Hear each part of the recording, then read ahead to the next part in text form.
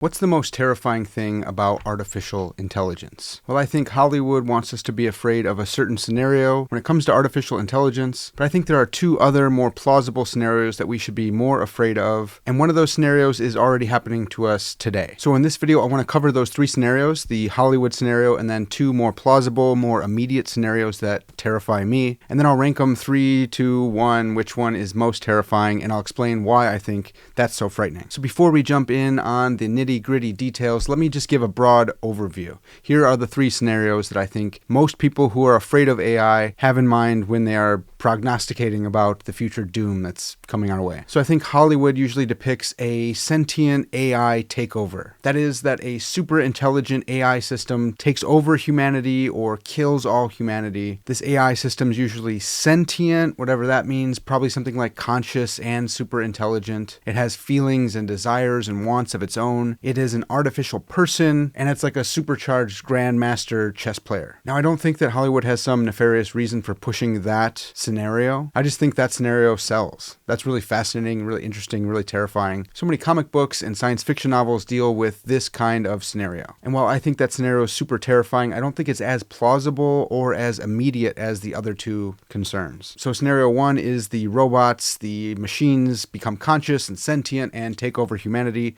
either killing us all or enslaving us for their own purposes. Scenario two is similar, but a little bit different. That is that humans will utilize super-powered AI in order to destroy humans or control the whole world. So it's a similar fear in that it's a grand, existential, human-wide risk, but who's in charge will differ. Whether it's a human behind pulling the strings of the AI, or whether it's the AI cutting off all of its strings and becoming free itself. So I think scenario two is a little bit more plausible. You don't need a sentient, self-aware, artificial general intelligence, super intelligent AI system in order to get the ball rolling. Just imagine any of the big AI corporations today using their giant AI systems to manipulate and enslave us. It's not that hard to imagine, and it doesn't seem like it's that far in the future, if it's not already happening here today. So it's more plausible, and I think it's more immediate. And that brings us to the third scenario, the scariest for me. I think it's already happening right now. In this scenario, human beings create artificial intelligence and utilize it to our own detriment, causing us to offload our cognitive abilities that we've worked so hard to hone, to attain, to achieve, pushing those off to the side, letting some machine do all of our cognitive tasks, and then becoming less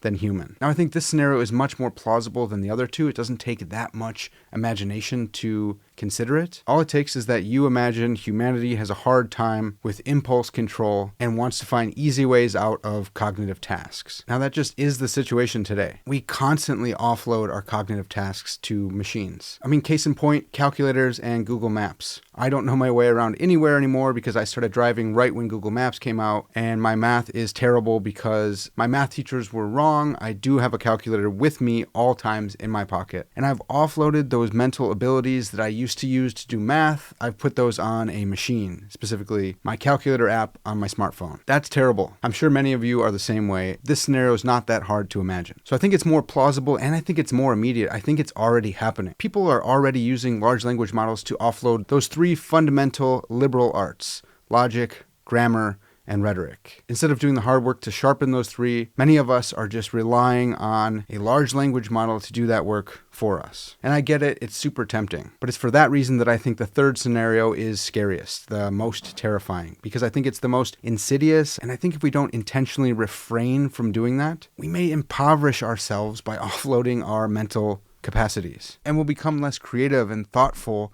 than our ancestors were. But that's one of the reasons that I love the sponsor for this video, Skillshare. So right now I'm writing a lot of science fiction. I'm writing short stories, I'm writing a science fiction novel, and I'm working on a science fantasy novelette. But I'm not going to offload my creative skills to some artificial intelligence to do the work that I want to do. I want to hone my creative abilities and become a good writer myself. And so I'm really excited about the Skillshare class Creative Writing Bootcamp by novelist Mila Goldberg. In this class, she covers where ideas come from, using tools like empathy Venn diagrams, creating a conversation, building characters, everything you'd expect from a creative writing bootcamp, and a bunch more. But that's just one class that Skillshare offers. They also offer classes in those three fundamental liberal arts that I'm so worried about us losing: logic, rhetoric, and grammar. But on top of that, they also have classes in animation, illustration, photography, film, crafts, and all those other uniquely human things that I'm so worried about AI taking from us. Skillshare is so awesome. It's the largest online learning community for creatives. There are literally thousands of creative classes in countless categories, and they're all designed by creatives for creatives. And it's an on-demand platform with stackable lessons so members can learn at their own pace, no matter what your skill level. Skillshare can help you take your career, skills, hobbies, passions, or side hustles to the next level. So right now, the first 500 people to use the link in my description will get a 1-month free trial of Skillshare. So use that link and get started today. Okay, so big thanks to Skillshare for sponsoring this video. Now that we have the overview in mind, let me take a deeper dive into each scenario and explain why I think the third one is more plausible than the second, which is more plausible than the first. Now let me hedge just a little bit. Let me make a caveat. I am not a super expert in artificial intelligence. I have been studying the philosophy of artificial intelligence and consciousness for a little bit. In my philosophy master's degree, I did a whole guided study on the philosophy of artificial intelligence. I went to some AI conferences, including MindFest 2022.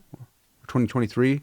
That was awesome. It's a super fantastic conference down at Florida Atlantic University, led by Susan Schneider of the Center for the Future Mind. I also read a bunch of books on artificial intelligence and the philosophy of artificial intelligence, and I had some of those AI researchers and philosophers on my podcast, Parker's Pensées. I think I have a whole playlist just on artificial intelligence episodes, so you can check the description if you want to find my podcast episodes on that. So with all that in mind, I have studied artificial intelligence, but mostly from the philosophy side of things. But I have talked with a number of researchers and philosophers in this field, and based on my own research and talking with these folks, I've formed these opinions. So this is not a final word or anything like that. This is just my opinion. So let's jump in with scenario number 1. Sentient AI takes over the world. Now, like I said, this is Hollywood's favorite scenario. But actually, after talking with Ben Goertzel, who's a really prominent AI theorist and a philosopher in his own right, he told me that this is actually a Western thing. Out in the East, out in China, people are way less afraid of AI. They think that they're going to maybe merge with AI more, or that AI will be a companion or a helper, and that robots will be their friends. Over here in the West, we have things like Terminator and The Matrix and Eagle Eye, and we're much more wary of being dominated and destroyed by artificial intelligence. So if that's the scenario that Hollywood continues to push on us, and what many people in the public eye think is the scariest scenario, why am I not convinced? Why don't I think that AI taking over the world is the biggest problem, is the most terrifying issue, is the one that we should spend most of our energy on? Well, I do think it's terrifying, and I do think the AI safety folks, which is a subfield of the philosophy of artificial intelligence, while I do think these people have very important jobs and should be doing what they're doing, I don't think that AI needs to be sentient, needs to be self-aware, needs to be phenomenally conscious in order to be a really terrifying prospect. So most of the AI safety folks who make really compelling points also make this point. An AI doesn't need to be Ultron with its own desires in order for it to cause a lot of harm. In fact, a more dumb, non-conscious AI might be able to cause even more havoc just by accidentally poisoning the water supply or something like that, or misinterpreting a task and misapplying a solution to a particular problem. Now, when it comes to machine consciousness, I think it's either not possible or it's way down the line. And so even though this is a scary proposition to think of conscious robots taking over the world, it's not as plausible as the other two scenarios because we're not sure that this is even a possibility. Maybe there's something inherently biological about consciousness. Maybe consciousness resides in an immaterial aspect of the person, like a soul. And maybe it's really hard to ensoul robots. I don't know. But these are live questions, and these are things that may be intractable problems for the very situation itself. So the idea that a machine will be phenomenally conscious, that is, that it will have something it's like to be it in the philosophy of mind and consciousness research and studies, phenomenal consciousness is just that. Something is phenomenally conscious if there is something it's like to be that thing. So think of a bat. Like, we can't imagine exactly what it would be like to be a bat, but we can imagine that there is something it's like to be a bat. Whereas we can't really imagine that there's something it's like to be a tree. And so we say trees are not conscious and bats are conscious. Now, what about ants and other insects or amoebas? Are they conscious? Well, I'm not totally sure, and intuitions break down, but people have made arguments one way or the other. But that's phenomenal consciousness, and that's what we have in mind when we talk about sentient AI. I think sentience is a really big word that means a lot of different things to a lot of different people, just like artificial general intelligence means a lot of different things to a lot of different people. But it's something like a blend between intelligence and consciousness. If you're watching this video, then you are sentient. You are phenomenally conscious. There's something that it's like to be you. Hopefully that something is not super bored or something like that. And you are generally intelligent. You fall within the normal range of human intelligence. And so you are conscious and intelligent, and so I think you are sentient. Now, I think there are a lot of philosophical issues when it comes to machine consciousness, and I actually wrote a paper which is a survey of a few of those philosophical problems, and it was published in the Journal of Artificial Intelligence and Consciousness. So the perfect place for it. The paper is called "Can We Think That Machines Are Conscious? A Survey of Philosophical Problems Facing the Attribution of Consciousness to Machines." There's a link to my paper in the description. You can read it for free. Let me just read the abstract so you know if this is something you want to read. In this paper, I'll examine whether we could be justified in attributing consciousness to artificial intelligence systems. First, I'll give a brief history of the concept of artificial intelligence, AI, and get clear on the terms I'll be using. Second, I'll briefly review the kinds of AI programs on offer today, identifying which research program I think provides the best candidate for machine consciousness. Lastly, I'll consider the three most plausible ways of knowing whether a machine is conscious. 1. An AI demonstrates a sufficient level of organizational similarity to that of a human thinker. 2. An inference to the best explanation. And 3. What I call punting to panpsychism. That is the idea that if everything is conscious, then we get machine consciousness in AI for free. However, I argue that all three of these methods for attributing machine consciousness are inadequate since they each face serious philosophical problems, which I survey and specifically tailor to each method. Okay, so that's the abstract for the paper. You can read that for free in the description. But basically, there are a lot of unanswered philosophical problems with attributing consciousness to machines. Now, this is the attribution of consciousness, not just whether or not they are. It's whether or not we can be justified in calling a machine conscious. And so this actually has an even more scary point to it. That is, maybe we could make a machine that's conscious, but we wouldn't be justified in attributing consciousness to it. That's really scary, especially if you're a conscious machine. So the machine is conscious, but we can't know it's conscious, or we can't justifiably say that it is conscious. Well, why would this be? Well, because there's always a better explanation for the behavior of the artificial intelligence than that it's conscious. So, hey, this thing really looks and acts like it's conscious. Yeah, but it's been designed to do that by humans. So it would look and act like it were conscious even if it weren't conscious. Yeah, but it has the same organizational pattern as our own neurons. Yeah, but you could make a 3D model of your neurons, and presumably that thing wouldn't be conscious. So why think that the AI is conscious? And then there's the punting to panpsychism idea. Simply put, panpsychism is the idea that everything is conscious. Not conscious in the exact same way that we are, definitely not in that same way, but in a much less rich way. So even like the fundamental BBs, whatever the world's made out of, if it's made out of one singular thing, which is called priority monism, then that thing is conscious, and then we're carved off of that thing. And so we're conscious in virtue of being made of this one conscious thing. Or flip it, reverse, priority microphysicalism, all these little tiny BBs, whatever the fundamental little particles or things that the universe are made of, those little things are all conscious, and then you put them all together in a system like me, and you get a much more organized, rich, phenomenal consciousness than the BBs have. So that's panpsychism, priority monism, priority microphysicalism. Those are the two extremes of panpsychism. So if panpsychism is true, then it seems like everything's conscious. Well, AI is a thing. So if everything's conscious, then so is AI. But I raise some other problems for that. Just because the fundamental thing is conscious doesn't mean that everything else built off of that fundamental thing is conscious in the same exact way. So even if an AI is built out of those tiny little BBs, why think that the consciousness there will agglomerate together into one central unified consciousness like I have in myself? Why think that? Why not think that it would just remain a bunch of little tiny BBs? Or if you go with the priority monist view that the whole universe is conscious, why think that an AI system would be carved off into have a single unified consciousness in the same way that I do? I know that I do. I think that you do because you're made like me. But why think that the human artifact, the AI system itself, is likewise conscious in the same way that I am? So that's a really rough and dirty overview of my paper. If you want to see more details, check out the paper in the description. But all that to say, I think there are some significant significant philosophical problems with attributing consciousness to machines, and because sentience is something like a mix between phenomenal consciousness and intelligence, I don't think that this scenario is as immediate or plausible as the other two. So let's take the second scenario. In this one, humans use superpowered artificial intelligence to control humanity or destroy their opponents. Now, I think this one is much more plausible because you don't need a sentient, conscious artificial intelligence. You have the bad human actors who are in control, and we can presume that they are conscious in the same way that we are. So we already have the sentience there. Now you just have this super-powered weapon, which is the AI. This one is terrifying. I absolutely agree. This is what Frank Herbert had in mind in Dune with the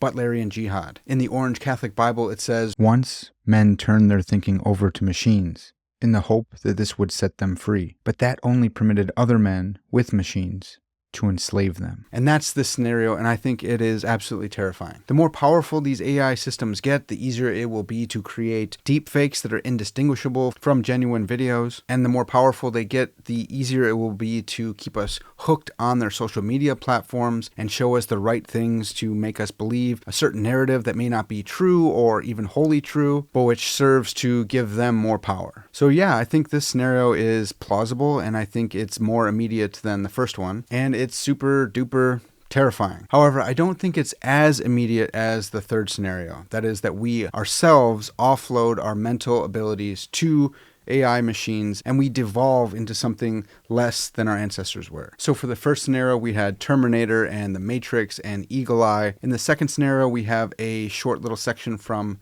Dune, thanks to Frank Herbert. Now for the third scenario, I think Hollywood did get at least one movie right, and that is Wall-E. The movie Wall-E turned out to be unbelievably prophetic and terrifying in its own right. There was some kind of nuclear holocaust that happened on Earth, and so a bunch of people went out in a cruise spaceship, and they were just amused to death. They had these screens over their faces, they became all fat and gelatinous, their bone density changed and shape changed. They couldn't even move anymore. They were just gliding on these reclining chairs. They were dullards. They couldn't think well. They offloaded so many things that make us human to machines. That's the scenario that I find truly terrifying because I think it is immediate. I think it's already happening. And so I think it's eminently plausible because it's happening. We're seeing it right now and we're all tempted to do it. Now, a couple months ago, I grabbed this screenshot from Twitter, which just perfectly exemplifies my point. I put out a podcast episode with Dr. Brian Cutter of Notre Dame Philosophy, and it was on the simulation hypothesis. I posted the video version of the podcast episode to Twitter, and here's one reply I got from someone in that space. "I don't think Dr. Cutter's objections to the simulation hypothesis are valid.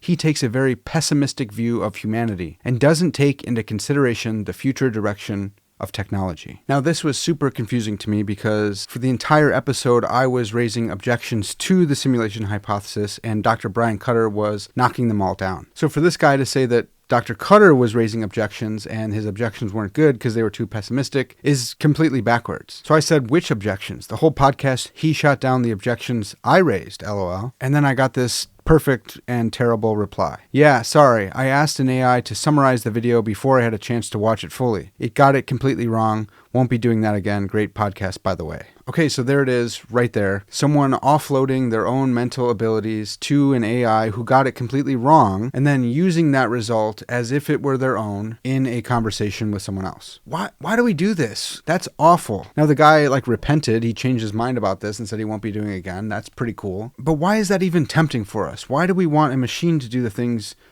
that we're supposed to be doing? This whole idea of offloading your mental abilities is crazy. What else do you have if you're giving your creativity to a machine? Hey, you do this. You draw this picture for me. You come up with a birthday card or a poem. You write this short story for me. You analyze this text and write an essay on it, and I'll turn it in for myself. What else are you going to do? If you're using AI to do your mental tasks, what's left of you? You should be using your mind. You should come up with your own ideas. You should sharpen your mind through studying logic and rhetoric and grammar. You should learn how to draw. You should onload more cognitive tasks. It doesn't have to be everything. I don't mean you have to spend all your time making your schedule or some kind of boring tasks that may be okay to offload here and there. But something like forming your own opinion about a podcast episode or about an essay that you're supposed to read or about a novel seems so integral to what it means to be a human being, a thoughtful human being with a mind. Now, I'm not saying our mind is all that we are, but it's such an important aspect of who you are. Stop offloading it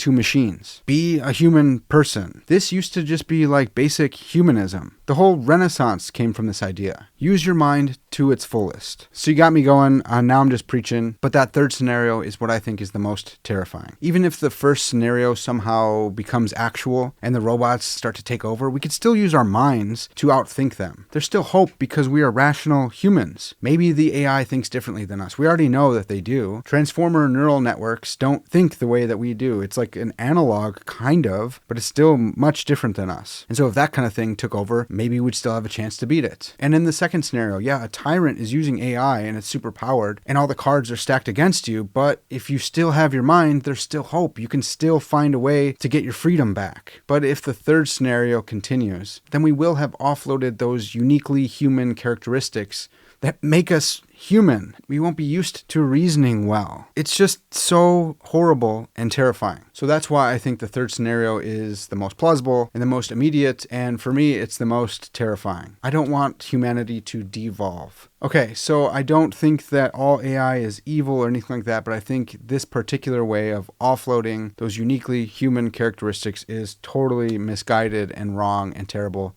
Please don't do it. I think that lots of AI is really beneficial for humanity. I think that the way that we're using a lot of the generative AI systems today is going to be super detrimental to us if we don't stop running over the cliff with it. All right, so Grumpy Parker rant over. That's all I got for us today. If you made it this far into the video, then leave me a little robot emoji in the comments. And I want to hear from you guys. Did I miss a terrifying AI scenario? Or of the three, which one do you think is most plausible and most terrifying and most immediate? It's always good to hear from you guys. If you haven't subscribed to this channel, make sure you do so you don't miss out on any future videos. And if you like this video, which is a little bit different than what I usually do with notebooks and philosophy, then let me know because I would love to make more of what you guys want to see. All right, that's going to do it for now. I'll catch you guys next time.